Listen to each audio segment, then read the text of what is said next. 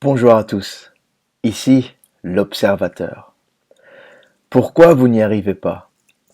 Pourquoi vous n'arrivez pas à trouver le job de votre vie, la femme de votre vie, la maison de votre vie?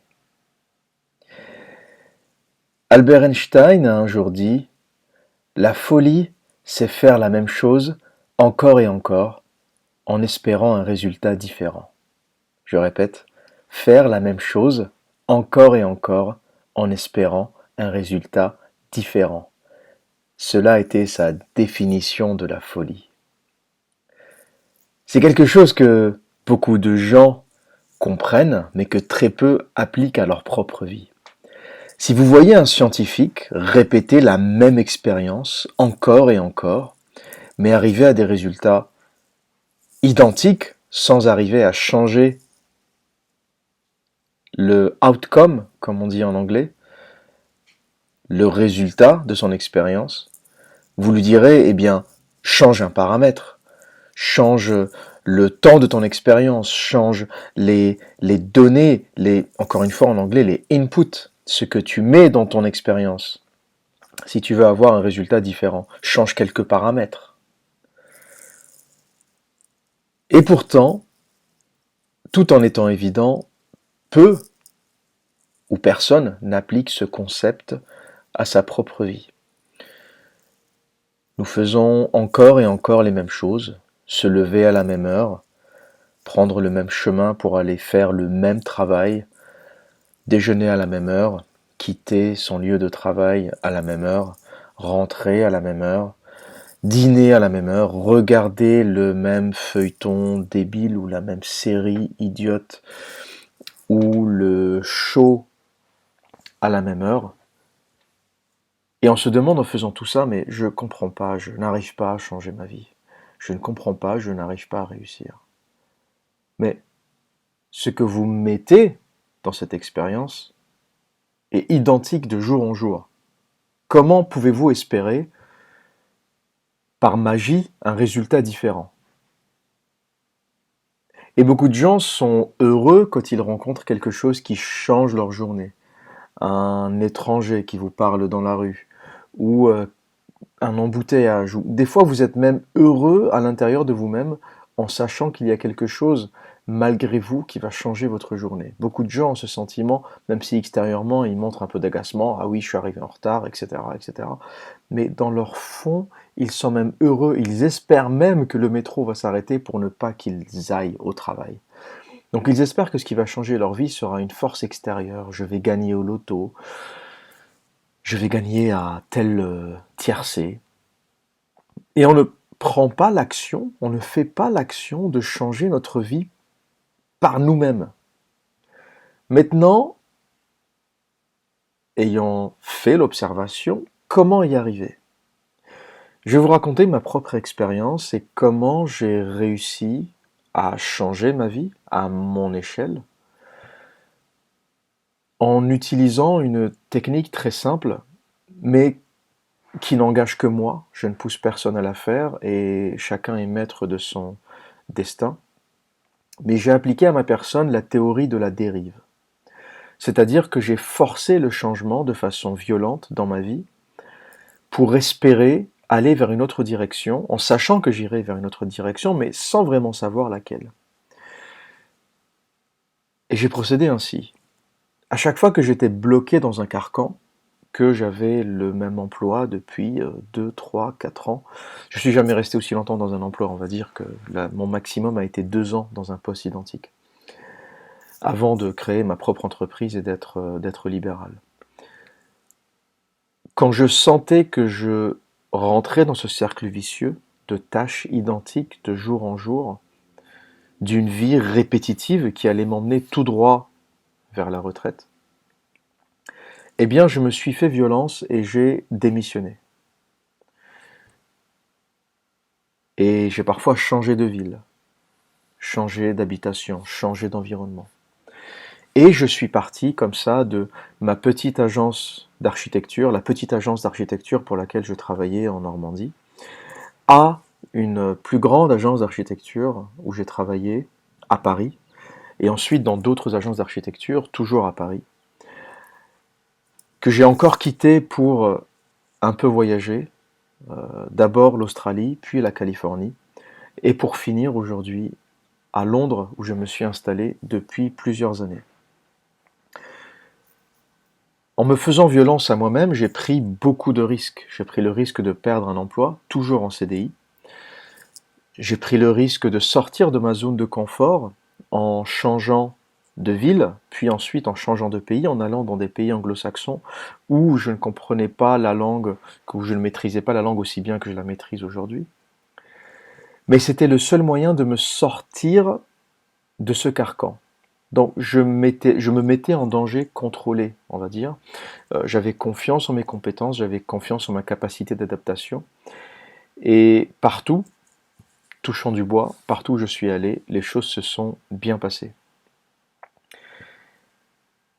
Est-ce que cela est applicable à tout le monde? Je ne sais pas.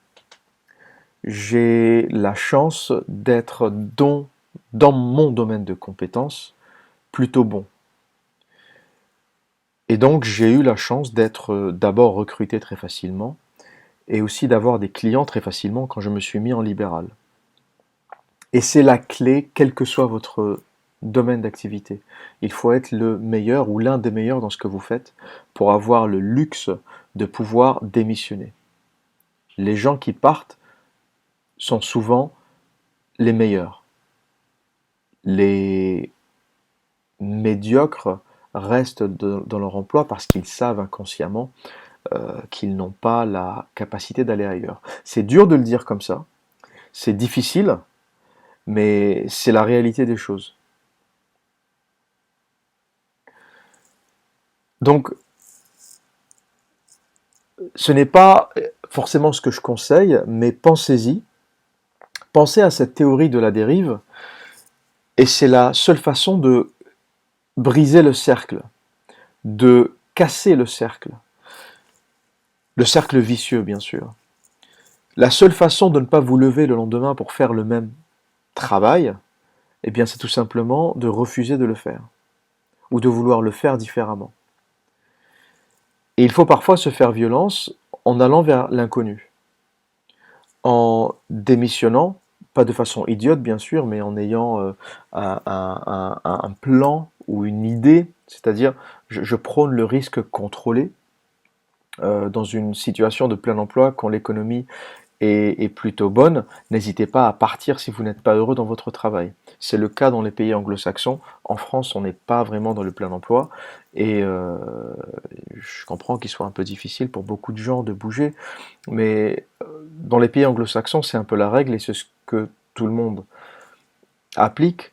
L'emploi est précaire, il n'y a pas de CDI à la française, mais il y a tellement d'emplois et tellement d'opportunités que les gens ne font plus attention au contrat. On sait très bien que la stabilité de l'emploi, elle est justement dans la disponibilité de l'emploi. Et ce n'est pas un bout de papier ou un CDI qui va vous assurer que vous aurez du travail. En récession, en cas de crise économique, eh bien, quelle que soit la force de votre CDI, vous serez licencié. Donc la seule vraie sécurité de l'emploi, c'est le plein emploi. Dans des pays où on a le plein emploi, Australie, Royaume-Uni actuellement, euh, États-Unis qui arrivent en fonction des années à avoir ce plein emploi, la sécurité, c'est dans la capacité de pouvoir retravailler quand vous perdez un emploi. C'est le deal anglo-saxon. C'est on ne vous assure pas que vous pourrez rester dans une entreprise, mais on vous assure par contre que vous aurez la capacité de travailler. Pour qui, on s'en fout, mais vous aurez la capacité de travailler. Donc, voilà ce qui résume le manque de succès, le manque de création d'opportunités et le marasme dans lequel se trouvent beaucoup de gens qui ne trouvent pas la solution, la porte de sortie vers l'évolution et vers le mieux. Ben, tout simplement, c'est que les gens qui ne réussissent pas, ou les gens qui pensent être dans un cercle vicieux, sont des fous, d'après la définition d'Albert Einstein. Et encore une fois, la folie, c'est faire la même chose encore et encore en espérant un résultat différent. Le seul moyen de d'avoir le même résultat, c'est de continuer à faire la même chose. Donc, continuez à vous lever à la même heure, à aller au même travail, à faire la même chose, à déjeuner avec les mêmes collègues, à rencontrer les mêmes amis dans vos week-ends, à voyager dans les mêmes pays, à aller en voyage au même moment, au mois d'août, à Barcelone, comme des millions de touristes. Et continuez à faire la même chose, et vous êtes sûr d'avoir pratiquement le même résultat d'année en année, jusqu'au jour de votre mort, pratiquement. Donc voilà, explorez la théorie de la dérive, si vous en avez les moyens, ne vous mettez pas en danger de façon idiote. Pensez aux risques contrôlés et pensez aux bienfaits de ce que cela peut vous apporter. Ce que cela m'a apporté, c'est la découverte d'une autre langue, c'est la découverte d'autres cultures, de beaucoup de gens lors de mes voyages, d'autres façons de travailler. La mise en danger professionnelle m'a renforcé et m'a rendu extrêmement confiant et sûr de moi, parce que à force de se mettre en danger et à chaque fois d'y arriver, on développe la sensation d'être indestructible, la sensation d'être, j'allais dire, infaillible. Vous savez, vous développez une espèce de sentiment que, quel que soit ce qui se passera autour de vous, vous arriverez à vous en sortir. Parce que vous avez eu l'expérience de la mise en danger et vous en êtes sorti à chaque fois. Donc vous savez que vous avez une espèce d'esprit survivaliste qui fera que vous réussirez quoi qu'il arrive. Et une fois que vous avez embrassé cette, je ne sais pas si ça se dit en français, embrace, que vous avez, que vous vous êtes approprié ce sentiment, eh bien, vous devenez instoppable. Et absolument plus rien ne pourra vous arrêter. Voilà, si vous aimez ce que je fais, n'hésitez pas à vous abonner et à partager mes vidéos. Pour cela, c'est très simple, cliquez dans le lien qui s'affiche en bas de cette vidéo ou sur le petit rond qui s'affiche dans les 20 dernières secondes de cette vidéo. N'hésitez pas aussi de me mettre un petit pouce bleu pour que mon message se diffuse et soit vu par de plus en plus de gens. Voilà pour aujourd'hui. D'ici là, prenez soin de vous et à très bientôt.